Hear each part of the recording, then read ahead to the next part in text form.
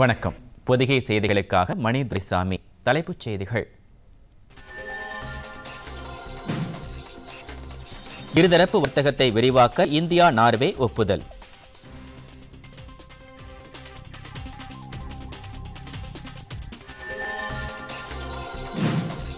மகாராஷ்டிரா, உத்தரப்பிரதேசத்தில் பல்வேறு திட்டங்களை நாளை பிரதமர் தொடங்கி வைக்கிறார்.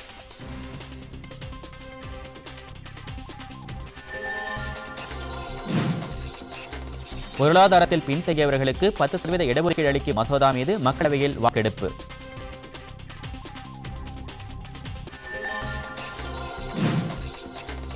விழுப்புரம் மாவட்டத்தை இரண்டாக பிரித்து கள்ளக்குறிச்சி மாவட்டம் அமைக்கப்படும். சட்டப்பேரவையில் முதலமைச்சர் எடப்பாடி பழனிசாமி அறிவிப்பு.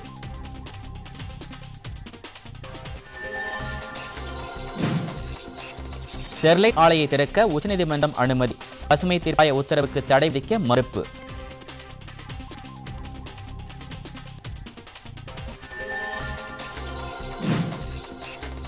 ஆசிய கோப்பை கால்பந்து போட்டி, வியட்நாமை வீழ்த்தியது ஈராக். விரிவான செய்திகள். இந்தியா நார்வே இடையே இருதரப்பு வர்த்தகத்தை விரிவாக்க வேண்டியது அவசியம் என்று பிரதமர் நரேந்திர மோடி வலியுறுத்தியுள்ளார். இந்தியா வந்துள்ள நார்வே பிரதமர் எர்னா சோல்பெர்க்குடன் புதுதில்லியில் விரிவான பேச்சுக்கள் நடத்திய பின்னர் பிரதமர் வெளியிட்டுள்ள அறிக்கையில் வர்த்தகம் மற்றும் முதலீடு இரு நாடுகளின் உறவுகளில் முக்கிய இடத்தை பிடித்திருப்பதாக குறிப்பிட்டுள்ளார். வர்த்தக உறவுகளை மேலும் முன்னேற்றும் வகையில் இரு நாடுகளும் இணைந்து பாடுபட வேண்டும் என்று மோடி கேட்டுக்கொண்டார்.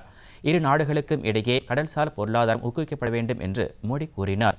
தீவிரவாதத்தை ஒடுக்குவது உட்பட பல்வேறு விஷயங்களில் இந்தியாவும் நார்வேயும் ஒத்துழைப்பு அளித்து வருவதாக பிரதமர் குறிப்பிட்டார்.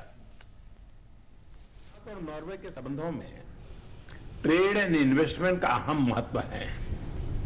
नॉर्वे के गवर्नमेंट पेंशन फंड ग्लोबल ने भारत में लगभग $12 बिलियन का पोर्टफोलियो निवेश किया है।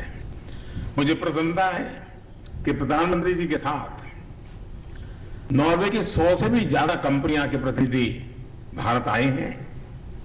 कल इंडिया नॉर्वे बिजनेस समिट में उनका भारत के बिजनेस लीडर्स के साथ उपयोगी इंटरेक्शन हुआ है।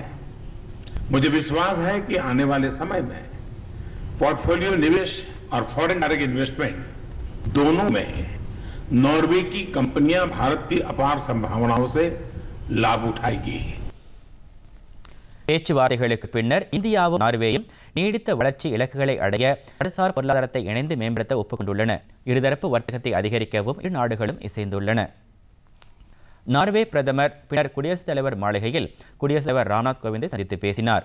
நார்வேயுடன் இந்தியா நட்புறவு கொண்டிருப்பதாகவும் எரிசக்தி, தகவல் தொழில்நுட்பம், சுகாதாரம், தொழில்நுட்பத் துறைகளில் இருதரப்பும் வர்த்தகம் அதிகரிக்கும் எனவும் குடியரசுத் தலைவர் நம்பிக்கை தெரிவித்தார். முன்னதாக புதுதில்லிக்கு நேற்று வந்த நார்வே பிரதமருக்கு குடியரசுத் தலைவர் மாளிகையில் இன்று பாரம்பரிய முறையில் வரவேற்பு வழங்கப்பட்டது. குடியுரிமை சட்டத்திருத்த மசோதா மக்களவையில் இன்று நிறைவேற்றப்பட்டது. முஸ்லிம்கள் அல்லாத சிறுபான்மை பிரிவினர் ஆப்கானிஸ்தான், பங்களாதேஷ், பாகிஸ்தான் நாடுகளிலிருந்து 2014க்கு முன் இந்தியாவுக்குள் வந்திருந்தால் அவர்களுக்கு குடியுரிமை தகுதி உள்ளது என்று இந்த மசோதாவில் குறிப்பிடப்பட்டுள்ளது. இந்த மசோதாவை உள்துறை அமைச்சர் ராஜ்நாத் சிங் தாக்கல் செய்து பேசுகையில் இதில் குறிப்பிடப்படும் பிரிவினர் இந்தியாவை தவிர வேறு எங்கும் செல்ல முடியாதவர்கள் என்று தெரிவித்தார்.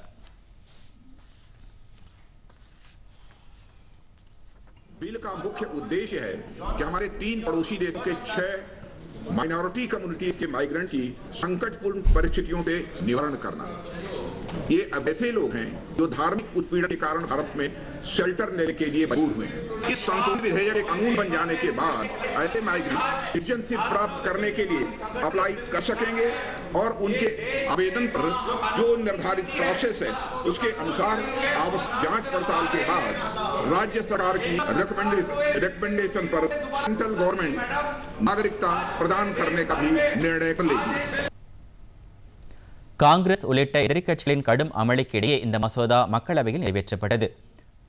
முன்னதாக பொருளாதார ரீதியில் பின்தங்கியோருக்கு பொதுப்பிரிவிலிருந்து 10% ஒதுக்கீடு அளிப்பதற்கான மசோதா மக்களவையில் இன்று தாக்கல் செய்யப்பட்டது.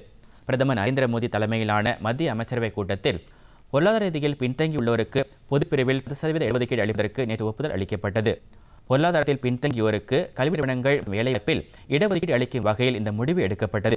இது தொடர்பான மசோதாவை மத்திய சமூக நீதி மற்றும் அதிகாரம் அளித்தல் துறை அமைச்சர் தாவர்சந்த் கெலாட் மக்களவையில் இன்று தாக்கல் செய்தார். இதற்கு அறிமுக நிலையிலேயே சமாஜ்வாதி கட்சி உறுப்பினர்கள் கடும் எதிர்ப்பு தெரிவித்தனர். இந்த மசோதா மீது தற்போது விவாதம் நடைபெற்று வருகிறது. இதை அதிமுக எதிர்ப்பதாக மக்களவை துணைத் தலைவர் தம்பிதுரை கூறினார். பொருளாதாரத்தில் பின்தங்கியவர்களின் நலனுக்கு மத்திய அரசு என்ன செய்தது என்று அவர் கேள்வி எழுப்பினார். இந்த மசோதா மீது பல்வேறு கட்சிகளின் உறுப்பினர்கள் தங்களது கருத்துக்களை தெரிவித்தனர். நீண்ட விவாதத்திற்கு பின்னர் வாக்கெடுப்பு நடைபெற்றது. இதில் மசோதா நிறைவேறியதாக மக்களவைத் தலைவர் சுமித்ரா மகாஜன் அறிவித்தார். இதற்கிடையே மசோதா எதிர்த்து தம்பிதுரை வெளிநடப்பு செய்தார். மாநிலங்களவை இன்று காலை கூடியதும் உத்தரப்பிரதேச சட்டவிரோத குவாரிகள் மற்றும் அது தொடர்பான சிபிஐ விசாரணை குறித்து சமாஜ்வாதி கட்சி உறுப்பினர்கள் அமளியில் ஈடுபட்டனர். இதையடுத்து அவையை பிற்பகல் 2 மணி வரை வைப்பது அவைத்தலைவர் வெங்கையா நாயுடு அறிவித்தார். அவை மீண்டும் கூடிய போதும் அமளி நீடித்ததால் நாள் முழுமைக்கு மாநிலங்களவை ஒத்திவைக்கப்பட்டது. பிரதமர் நரேந்திர மோடி மகாராஷ்டிரா மற்றும் உத்தரப்பிரதேசத்தில் நாளை பயணம் மேற்கொள்கிறார். மகாராஷ்டிராவில் சோலாப்பூரில் நாளை பல்வேறு வளர்ச்சித் திட்டங்களை பிரதமர் தொடங்கி வைக்கிறார். தூய்மை இந்தியா திட்டத்தின் அடிப்படையில் பூமிக்கு அடியில் அமைக்கப்பட்டுள்ள கழிவுநீர் அகற்றும் கட்டமைப்பு மற்றும் சுத்திகரிப்பு கூட்டங்களை நாளை அவர் நாட்டுக்கு அர்ப்பணித்தார். பிரதமர் வீட்டு வசதி திட்டத்தின் கீழ் 30,000 வீடுகள் கட்ட நாளை அவர் நாட்டுள்ளார். சோலாப்பூர், துல்ஜாப்பூர், ஒஸ்மான் 4 வழிச்சாலையையும் பிரதமர் நாட்டிற்கு அர்ப்பணிக்கிறார். பின்னர் அங்கு நடைபெறும் பொதுக்கூட்டத்தில் பிரதமர் உரை நிகழ்த்துவார். ஆக்ராவில் 2,980 கோடி ரூபாய் மதிப்பிலான பல்வேறு திட்டங்களையும் பிரதமர் நாளை தொடங்கி வைக்கிறார். ஆக்ரா பொலிவுறு நகரம் மற்றும் மருத்துவக் கல்லூரி மேம்பாடு ஆகிய திட்டங்களை அவர் தொடங்கி வைத்தார்.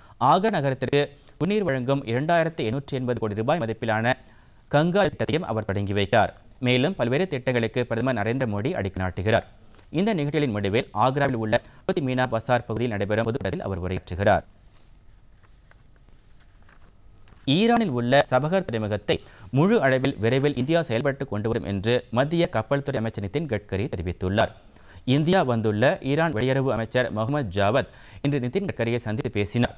பின்னர் நடைபெற்ற கூட்டத்தில் பேசிய அமைச்சர் நிதின் கட்கரி, சபகர் துறைமுகம் இந்தியாவுக்கு மிகவும் முக்கியமானது என்றார். அதற்காக இந்தியா துரிதமாக பணிகளை மேற்கொண்டு வருகிறது என்று கூறினார். இதில் சில பிரச்சனைகள் இருந்தாலும் இதை தீர்க்க இந்தியாவும் ஈரானும் இணைந்து செயல்படுவதாக அவர் குறிப்பிட்டார். ஈரானிய வங்கி இந்தியாவில் தமது கிளையை திறக்க ரிசர்வ் வங்கி அனுமதி அளித்திருப்பதாகவும் அவர் தெரிவித்தார்.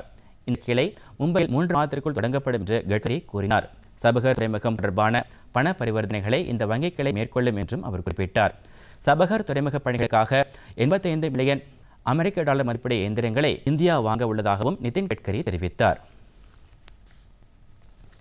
அகில இந்திய வானொலியின் செய்திகளை தனியார் பண்பலை வானொலிகள் பகிர்ந்து கொள்ளும் திட்டத்தை மத்திய தகவல் ஒலிபரப்புத்துறை அமைச்சர் ராஜ்யவர்தன் சிங் ரத்தோர் இன்று புதுதில்லியில் தொடங்கி வைத்தார்.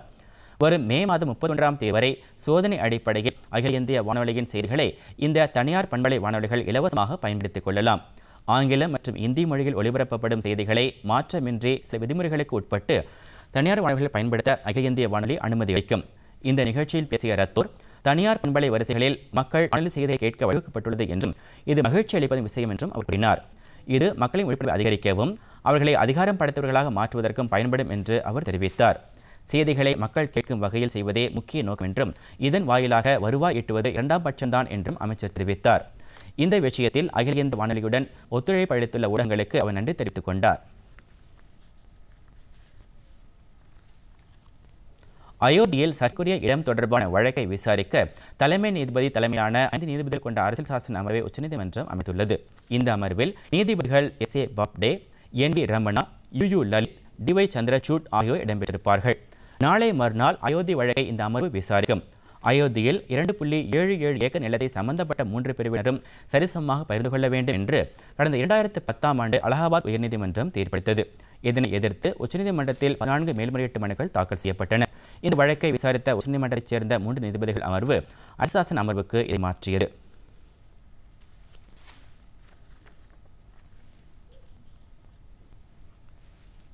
விழுப்புரம் மாவட்டத்தை 2ஆக பிரித்து கள்ளக்குறிச்சியை தலைமையிடமாக கொண்டு புதிய மாவட்டம் உருவாக்கப்படும் என்று முதலமைச்சர் எடப்பாடி பழனிசாமி தெரிவித்துள்ளார். சட்டப்பேரவையில் இன்று ஆளுநர் உரைக்கு நன்றி தெரிவிக்கும் தீர்மானத்தின் மீது 3 நாட்கள் நடைபெற்ற விவாதத்திற்கு பதிலளித்து பேசிய முதலமைச்சர் இந்த அறிவிப்பை வெளியிட்டார். இந்த புதிய மாவட்டத்தில் கள்ளக்குறிச்சி, சங்கராபுரம், சின்னசேலம் ஆகிய தாலுகாக்கள் இடம்பெறும். கள்ளக்குறிச்சியையும் சேர்த்து தமிழகத்தில் உள்ள மாவட்டங்களின் எண்ணிக்கை 33ஆக அதிகரித்துள்ளது. முதலமைச்சரின் இந்த அறிவிப்பை சட்டத்துறை அமைச்சர் சி.வி. சண்முகம், வருவாய்த்துறை அமைச்சர் ஆர்.பி. உதயகுமார் உள்ளிட்ட அஇஅதிமுக சட்டமன்ற உறுப்பினர்கள் வரவேற்றனர். தொடர்ந்து பேசிய முதலமைச்சர், ஜவுளி தொழிலின் வளர்ச்சியை ஊக்குவிக்க கோயம்புத்தூரில் உள்ள கொடிசியா அரங்கில் 2 கோடி ரூபாய் செலவில் பன்னாட்டு ஜவுளி கண்காட்சி இம்மாதம் நடத்தப்பட இருப்பதாக தெரிவித்தார். பட்டாசு தொழிலாளர்களின் வாழ்வாதாரத்தை பாதுகாத்திட மாநில அரசு தொடர்ந்து பாடுபடும் என்றும் சென்னையில் பணிபுரியும் பதிவு பெற்ற கட்டடப் பணியாளர்களுக்கு அம்மா உணவகங்களில் விலையில்லா உணவு வழங்கப்படும் என்றும் முதலமைச்சர் தெரிவித்தார். லோக் ஆயுக்தா விரைவில் செயல்பாட்டுக்கு வரும் என்று கூறிய முதலமைச்சர் பழைய ஓய்வு திட்டத்தை நடைமுறைப்படுத்த அமைக்கப்பட்ட ஒருநபர் குழு அளித்த அறிக்கை பரிசீலிக்கப்பட்டு வருவதாக தெரிவித்தார். கலைத்துறையினருக்கான கலைமாமணி விருதுகளும் திரைப்பட மற்றும் சின்னத்திரைக்கான விருதுகளும் விரைவில் வழங்கப்படும் என்றும் பேரவையில் முதலமைச்சர் அறிவித்தார். முதலமைச்சர் உரையை நிறைவு செய்ததும் எதிர்க்கட்சித் தலைவர் மு.க.ஸ்டாலின் ஸ்டெர்லைட் ஆலையை நிரந்தரமாக மூடுவதற்கு அமைச்சரவையில் கொள்கை முடிவு எடுத்து தீர்மானம் நிறைவேற்றுவது ஒன்றுதான் வழி என்று கூறினார். உச்சநீதிமன்றத்தின் தீர்ப்பின் முழு விபரமும் கிடைத்த பிறகுதான் அரசு உரிய நடவடிக்கை எடுக்கும் என்று முதலமைச்சர் கூறினார். இதை எதிர்த்து திமுக, காங்கிரஸ், இந்திய யூனியன் முஸ்லீம் லீக் உறுப்பினர்கள் வெளிநடப்பு செய்தனர். முதலமைச்சரின் பதிலுக்கு பின்னர் ஆளுநரை நன்றி தெரிவிக்கும் தீர்மானம் ஒருமனதாக நிறைவேறியது. இதனைத் தொடர்ந்து பேரவை மறுதேதி குறிப்பிடப்படாமல் ஒத்திவைக்கப்பட்டது. ஸ்டெர்லைட் ஆலையை திறக்க தேசிய பசுமை தீர்ப்பாயம் அளித்த அனுமதிக்கு தடை விதிக்க உச்சநீதிமன்றம் மறுப்பு தெரிவித்துள்ளது. தூத்துக்குடியில் செயல்பட்டு வந்த ஸ்டெர்லைட் ஆலைக்கு எதிராக அப்பகுதி மக்கள் போராட்டம் நடத்தி வந்தனர். இதனையடுத்து இந்த ஆலையை மூட தமிழக அரசு உத்தரவு பிறப்பித்தது. இதனை எதிர்த்து ஸ்டெர்லைட் ஆலையை நடத்தி வந்த வேதாந்தா நிறுவனம் தொடர்ந்த முறையீட்டை விசாரித்த தேசிய பசுமை தீர்ப்பாயம் ஸ்டெர்லைட் ஆலையை திறக்க அனுமதி அளித்தது. இதை எதிர்த்து தொடரப்பட்ட பொதுநல வழக்கை விசாரித்த உயர்நீதிமன்ற மதுரை கிளை ஆலையை திறக்க தடை விதித்தது. இதனிடையே தேசிய பசுமை தீர்ப்பாயத்தின் உத்தரவை எதிர்த்து தமிழக அரசும் உயர்நீதிமன்ற மதுரை கிளை பிறப்பித்த உத்தரவை எதிர்த்து வேதாந்தா நிறுவனமும் உச்சநீதிமன்றத்தில் வழக்கு தொடர்ந்தன. இதனை அவசர வழக்காக விசாரித்த உச்சநீதிமன்றம் இன்று அதன் மீது தீர்ப்பளித்தது. இதில் ஸ்டெர்லைட் ஆலை தொடர்பாக தேசிய பசுமை தீர்ப்பாயத்தின் உத்தரவிற்கு தடை விதிக்க மறுத்துவிட்டது. மேலும் உயர்நீதிமன்ற மதுரை கிளை உத்தரவையும் உச்சநீதிமன்றம் நிறுத்தி வைத்துள்ளது. இதனிடையே தூத்துக்குடி ஸ்டெர்லைட் ஆலையை நிரந்தரமாக மூட தமிழக அரசு உரிய நடவடிக்கை எடுக்க வேண்டும் என்று பல்வேறு கட்சிகள் கேட்டுக்கொண்டுள்ளன. இது தொடர்பாக அவசர சட்டம் இயற்ற வேண்டும் என்று மார்க்சிஸ்ட் கம்யூனிஸ்ட் கட்சியின் மாநில செயலாளர் கே. பாலகிருஷ்ணன் வலியுறுத்தியுள்ளார். இந்திய கம்யூனிஸ்ட் கட்சியின் மாநில செயலாளர் ரா. முத்தரசனும் இதே கருத்தை தெரிவித்துள்ளார். தமிழகத்தில் தாமிர ஆலைகளுக்கு அனுமதி இல்லை என்ற கொள்கை முடிவை எதிர்த்து அதற்கு சட்ட பாதுகாப்பு வழங்கும் வகையில் உரிய நடவடிக்கை எடுக்க வேண்டும் என்று பாமக இளைஞரணி தலைவர் அன்புமணி ராமதாஸ் கேட்டுக்கொண்டுள்ளார்.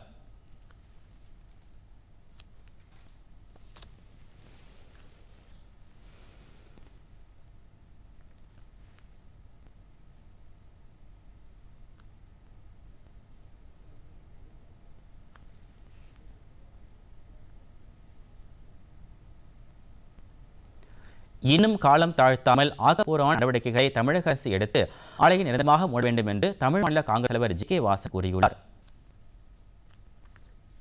சிபிஐ இயக்குநர் அலோக் வர்மாவை கட்டாய உழைப்பில் அனுப்பிய மத்திய அரசின் உத்தரவை ரத்து செய்து உச்சநீதிமன்றம் தீர்ப்பளித்துள்ளது. சிபிஐ இயக்குநர் அலோக் வர்மா, சிபிஐ சிறப்பு இயக்குநர் ராகேஷ் அஸ்தானா ஆகியோரிடையே மோதல் போக்கு நிலவித்து இருவரையும் பணியிலிருந்து விடுவிப்பில் அனுப்பியது மத்திய அரசு.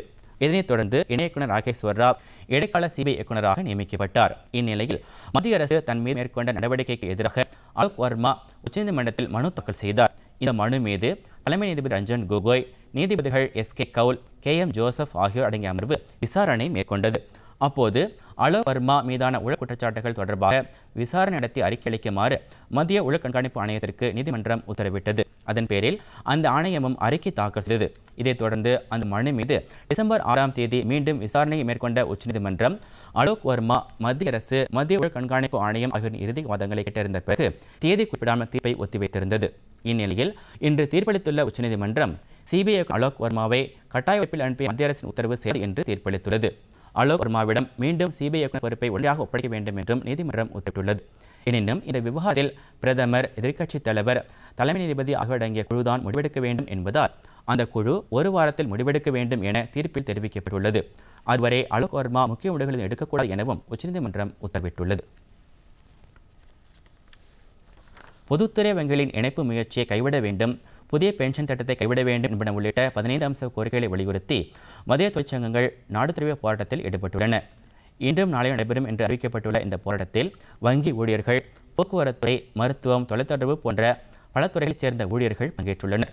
தமிழகத்தில் இந்த போராட்டத்தினால் அதிக பாதிப்பு ஏற்படவில்லை. சென்னை உட்பட தமிழகம் முழுவதும் பேருந்துகள் வழக்கம் போல் இயங்கின. சென்னையில் பல்வேறு இடங்களில் உள்ள மத்திய அரசு அலுவலகம் முன்பு போராட்டம் நடைபெற்றது.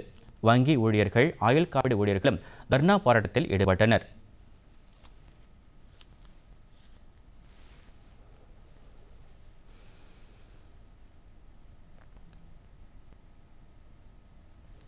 கர்நாடக மாநிலம் பெங்களூருவுக்கு இயக்கப்பட்டு வந்த தமிழக பேருந்துகள் ஓசூரில் நிறுத்தப்பட்டுள்ளன. தமிழகத்திற்கு இயக்கப்பட்டு வந்த கர்நாடக மாநில பேருந்துகளும் நிறுத்தப்பட்டுள்ளன. இதேபோல் கன்னியாகுமரியிலிருந்து கேரளா செல்லும் பேருந்துகள் அனைத்தும் தமிழக எல்லையான களியக்காவிளையில் நிறுத்தப்பட்டுள்ளன. புதுச்சேரியிலும் அனைத்து தொழிற்சங்கங்களின் சார்பில் வேலைநிறுத்தம் நடைபெற்றது. பேருந்துகள் ஓடவில்லை. வணிக நிறுவனங்கள், பெட்ரோல் பங்குகள் மூடப்பட்டிருந்தன. அங்கிருந்து இயக்கப்படும் தமிழக அரசு பேருந்துகள் காவல்துறையினர் பாதுகாப்புடன் இயக்கப்பட்டன. கேரளா, கர்நாடகம், மேற்கு வங்கம், அசாம் மாநிலங்களில் ஓரளவு இயல்பாக பாதிக்கப்பட்டிருப்பதாக செய்திகள் தெரிவிக்கின்றன. கேரள மாநில தலைநகரான திருவனந்தபுரத்தில் தொழிற்சங்கத்தினர் ரயில் மறியலில் ஈடுபட்டனர்.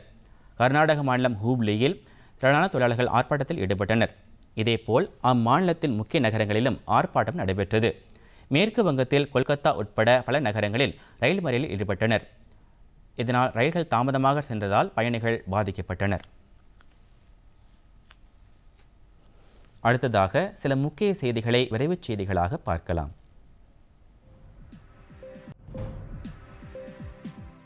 பொங்கல் பண்டிகையை கொண்டாடும் வகையில் அரசு அலுவலகங்களுக்கும் அனைத்து கல்வி நிறுவனங்களுக்கும் வரும் 14ஆம் தேதி தமிழக அரசு விடுமுறை அறிவித்துள்ளது. இதற்கு பதிலாக பிப்ரவரி மாதம் 9ஆம் தேதி சனிக்கிழமை பணி நாளாக அறிவித்து அரசாணை பிறப்பிக்கப்பட்டுள்ளது. பொங்கல் பரிசை வழங்குவதற்காக வரும் 11ஆம் தேதி அனைத்து நியாய விலைக் கடைகளுக்கும் இயங்கும் என்று அரசு அறிவித்துள்ளது. நியாய விலைக் கடைகளுக்கு 16ஆம் தேதி விடுமுறை அறிவிக்கப்பட்டுள்ளது.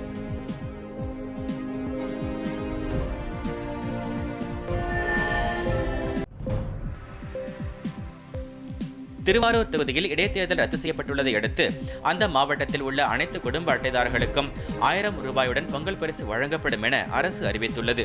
இதன் மூலம் 3,92,952 குடும்பங்கள் பொங்கல் பண்டிகை சிறப்பாக கொண்டாட வழி ஏற்பட்டுள்ளது. இதனிடையே அனைத்து ஓய்வூதியர்களுக்கும் பொங்கல் பரிசு வழங்க அரசாணை பிறப்பிக்கப்பட்டுள்ளது. ஹார்வர்டு பல்கலைக்கழகத்தில் தமிழ் இருக்கை வரும் செப்டம்பர் மாதத்திற்குள் செயல்பட தொடங்கும் என்று தமிழ் வளர்ச்சித்துறை அமைச்சர் பாண்டியராஜன் தெரிவித்துள்ளார். சென்னை கோட்டூர்புரத்தில் தமிழக தொல்லியல் துறையின் சார்பில் 3 நாள் கருத்தரங்கை தொடங்கி வைத்த பின்னர் செய்தியாளர்களிடம் பேசிய அவர் இதனை தெரிவித்தார். தமிழகம் முழுவதும் 3000க்கும் மேற்பட்ட ஊர்களின் பெயர்களை தமிழில் மாற்ற இருப்பதாக அவர் கூறினார். இன்னும் 1 வார காலத்திற்குள் இதற்கான அறிவிப்பு வெளியாகும் என்றும் அவர் தெரிவித்தார். மத்திய அரசின் உதவியுடன் தமிழகத்தில் 4 மாவட்டங்களில் மியூசியாஸ் அமைய இருப்பதாகவும் தேனி, திருவண்ணாமலை ஆகிய 2 மாவட்டங்களில் அருங்காட்சியகங்கள் அமைய இருப்பதாகவும் கூறிய அமைச்சர் இந்த பணி விரைவில் தொடங்கும் என்று தெரிவித்தார். பொது பிரிவினருக்கு 10% இடஒதுக்கீடு மசோதா மக்களவையில் தாக்கல் செய்யப்பட்டதற்கு நாடு முழுவதும் வரவேற்பு கிடைத்திருப்பதாக பிஜேபி மாநில தலைவர் தமிழிசை சவுந்தரராஜன் தெரிவித்துள்ளார். சென்னையில் உள்ள பிஜேபி தலைமை அலுவலகத்தில் செய்தியாளர்களிடம் பேசிய அவர் இந்த இடஒதுக்கீட்டால் யாருக்கும் பாதிப்பு ஏற்படாது என்று கூறினார். பொருளாதாரத்தில் பின்தங்கியவர்களுக்கு வாய்ப்பு கிடைக்க வேண்டும் என்ற நோக்கத்துடன் இந்த மசோதா கொண்டுவரப்பட்டிருப்பதாக அவர் கூறினார். ஸ்டெர்லைட் ஆலை விவகாரத்தில் பாதிப்பு என்ன என்பதை அரசு நீதிமன்றத்தில் சமர்ப்பிக்க வேண்டும் என்று அவர் கேட்டுக்கொண்டார். ஸ்டெர்லைட் ஆலை மூடப்பட்ட பின்னர் மின்சாரம், சில மருந்து பொருட்களை பயன்படுத்த அதிக விலை கொடுக்க வேண்டியுள்ளது என்று தமிழிசை கூறினார். இதை தாம் கூறுவதால் ஸ்டெர்லைட் ஆலைக்கு ஆதரவு என்று எடுத்துக்கொள்ளக்கூடாது என்று அவர் தெரிவித்தார். நெடுந்தீவு அருகே மீன்பிடித்துக் கொண்டிருந்த புதுக்கோட்டை மாவட்டத்தைச் சேர்ந்த 4 மீனவர்கள் இலங்கை கடற்படையினரால் சிறைப்பிடிக்கப்பட்டுள்ளனர். கோட்டைப்பட்டினத்திலிருந்து மீன்பிடிக்கச் சென்ற இந்த மீனவர்களை இலங்கை கடற்படையினர் சிறைப்பிடித்து காரைநகர் கடற்படை முகாமிற்கு கொண்டு சென்று விசாரணை நடத்தினர். அவர்களை வரும் 10ஆம் தேதி வரை சிறையில் அடைக்க ஊர்காவல்துறை நீதிமன்றம் உத்தரவிட்டுள்ளது. ஏற்கனவே கடந்த சில நாட்களுக்கு முன்பு புதுக்கோட்டையைச் சேர்ந்த 4 மீனவர்கள் இலங்கை கடற்படையால் சிறைபிடிக்கப்பட்டனர். பொங்கல் பண்டிகையொட்டி நடைபெறவுள்ள ஜல்லிக்கட்டுக்காக காளைகள் மற்றும் மாடுபிடி வீரர்கள் தயாராகி வருகின்றனர். இது பற்றிய ஒரு சிறப்பு தொகுப்பு.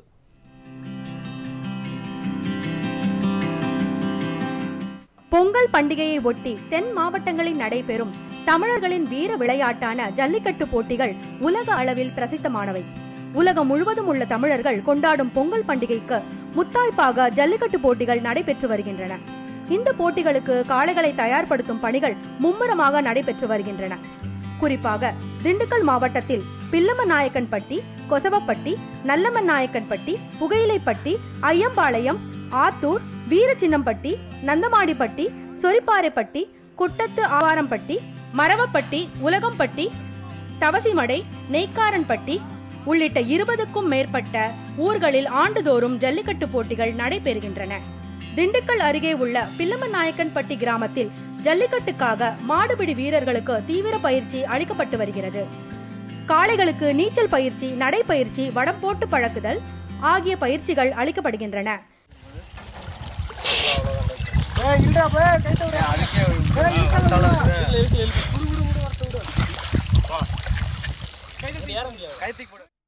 இதேபோல மாடுபிடி வீரர்களுக்கும் பயிற்சிகள் அளிக்கப்படுகின்றன. அரசு விதித்துள்ள விதிமுறைகளுக்கு உட்பட்டு காளைகளை ஜல்லிக்கட்டுகளில் பயன்படுத்த ஏற்பாட்டாளர்கள் திட்டமிட்டுள்ளனர்.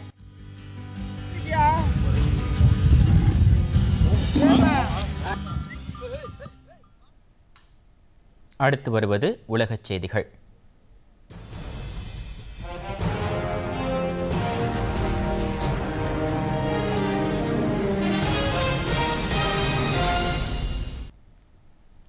பிரிட்டிஷ் பிரதமர் தெரசா மே கொண்டுவர இருக்கும் பிரெக்சிட் ஒப்பந்தத்தின் மீது அந்நாட்டு நாடாளுமன்ற உறுப்பினர்கள் வரும் 15ஆம் தேதி வாக்களிக்க உள்ளனர்.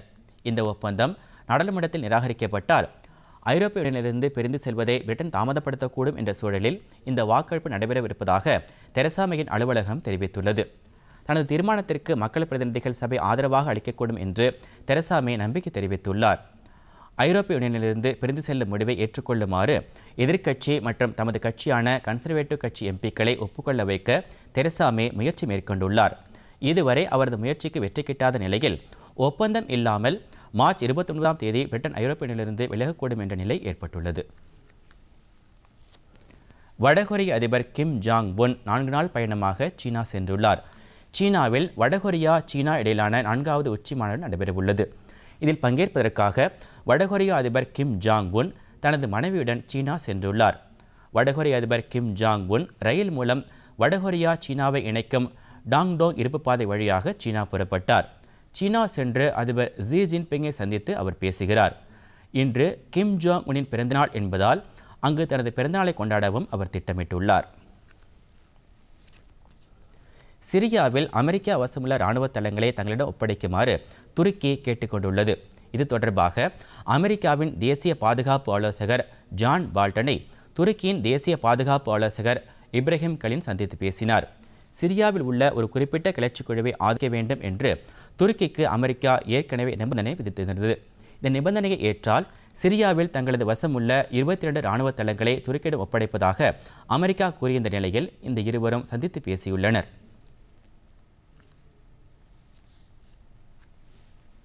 இனி வருவது விளையாட்டுச் செய்திகள்.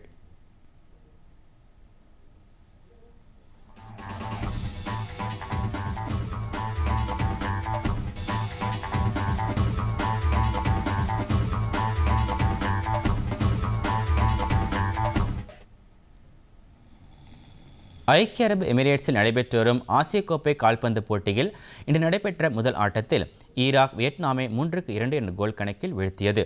ஆட்டத்தின் முதல் பாதியில் வியட்நாம் 2-1 என்ற கணக்கில் முன்னிலையில் இருந்தது. இரண்டாவது பாதியில் ஈராக்கின் கை ஓங்கியது. அடுத்தடுத்து 2 கோல்களை போட்ட ஈராக் அணி வெற்றி பெற்றது. தற்போது நடைபெற்று வரும் இரண்டாவது ஆட்டத்தில் சவுதி அரேபியா வடகொரியா அணிகள் மோதுகின்றன. சவுதி அரேபியா 1 கோல் போட்டு முன்னிலையில் உள்ளது. கஜா புயலால் பறவைகள் இல்லாமல் களையிழந்து காணப்பட்ட கோடியக்கரை பறவைகள் சரணாலயத்திற்கு தற்போது வெளிநாட்டு பறவைகள் வர தொடங்கியிருப்பதால் களை கட்டத் தொடங்கியுள்ளது. நாகை மாவட்டம் வேதாரண்யம் அருகே உள்ள கோடியக்கரை பறவைகள் சரணாலயத்திற்கு கஜா புயலுக்கு பின் வெளிநாட்டு பறவைகள் வர தொடங்கியுள்ளன. சுமார் 10,000 சதுர மீட்டர் பரப்பளவில் பசுமை மாறா காடாக காட்சியளித்த இந்த பறவைகள் சரணாலயம் கஜா புயலால் நிலை குலைந்தது. ஏராளமான மரங்கள் பகுதி அளவிலும் முழுமையாகவும் சாய்ந்த நிலையில் பல பறவைகள் வெளியேறின. புயல் தாக்கி 2 மாதங்களாகும் நிலையில் மரங்களில் பசுமை துளிர்விட தொடங்கியுள்ளது. தற்போது ஆர்டிக் பிரதேசங்களில் மிக கடும் குளிர் நிலவுவதால் அங்கிருந்து கோடியக்கரை சரணாலயத்திற்கு பறவைகள் மீண்டும் வர தொடங்கி உள்ளன. சைபீரியா, ஈரான், ஈராக் நாடுகளில் இருந்து 4 அடி உயரமுள்ள பூ நாரைகள் வந்துள்ளன. கூழக்கிடா, கரண்டி மூக்கு நாரை உள்ளிட்ட பறவைகளும் வெளிநாடுகளிலிருந்து வந்துள்ளன. மியான்மர், இலங்கை உள்ளிட்ட நாடுகளில் இருந்து கடல் காகங்களும், ஆர்டிக் பகுதியிலிருந்து ஆலா, ஹிமாச்சல பிரதேசத்திலிருந்து இந்தியன் பிட்டா உள்ளிட்ட 257 வகை பறவைகள் கோடியக்கரைக்கு வந்துள்ளன.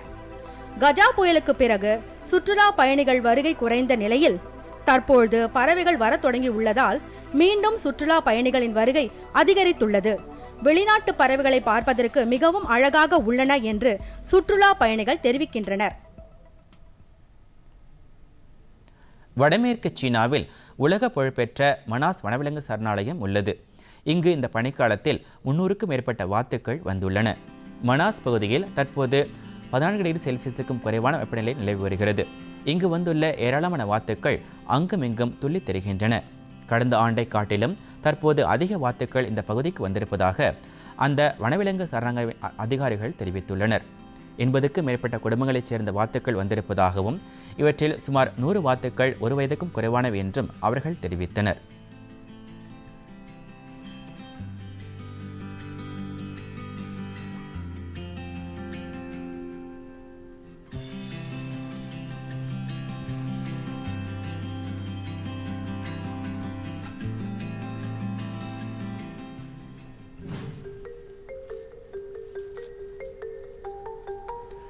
சீனாவின் தென்மேற்கு பகுதியில் உள்ள சிச்சுவான் பிராந்தியத்தில் குவாயிங் மலைப்பிரதேசம் மேகங்களால் சூழப்பட்டு ரம்மியமாக காட்சியளிக்கிறது. பனி பறந்ததைப் போன்ற வெண்ணிற மேகங்கள் மலைமுழகளில் செங்கிருப்பது சுற்றுலா பயணிகளை கவர்ந்து வருகிறது. அங்குள்ள புகழ்பெற்ற புத்த விகாரத்திற்கு மேலாகவும் மேகங்கள் படர்ந்திருக்கின்றன. இந்த இயற்கை எழில் கொஞ்சம் பகுதிக்கு கடும் குளிரையும் பொருட்படுத்தாமல் சுற்றுலா பயணிகள் வருகை அதிகரித்துள்ளது. மீண்டும் தலைப்புச் செய்திகள்.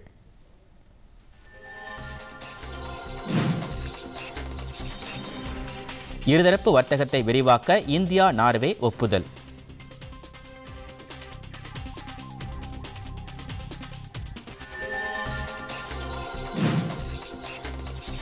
மகாராஷ்டிரா உத்தரப்பிரதேசத்தில் பல்வேறு திட்டங்களை நாளை பிரதமர் தொடங்கி வைக்கிறார்.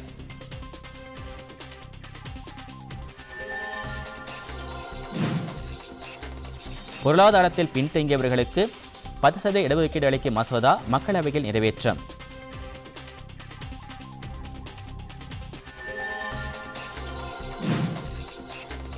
விழுப்புரம் மாவட்டத்தை 2ஆக பிரித்து கள்ளக்குறிச்சி மாவட்டம் அமைக்கப்படும். சட்டப்பேரவையில் முதலமைச்சர் எடப்பாடி பழனிசாமி அறிவிப்பு.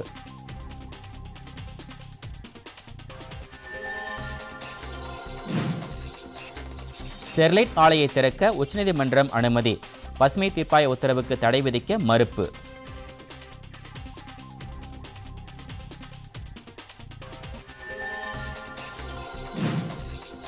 ஆசிய கோப்பை கால்பந்து போட்டி வியட்நாமை வீழ்த்தியது ஈராக். பொதிகை செய்திகளை யூடியூபில் தமிழ் நியூஸ் தூர்தர்ஷன் என்ற சேனலிலும், ட்விட்டரில் Tamil news Doordarshan @DD news Chennai என்ற பக்கத்திலும் காணலாம்.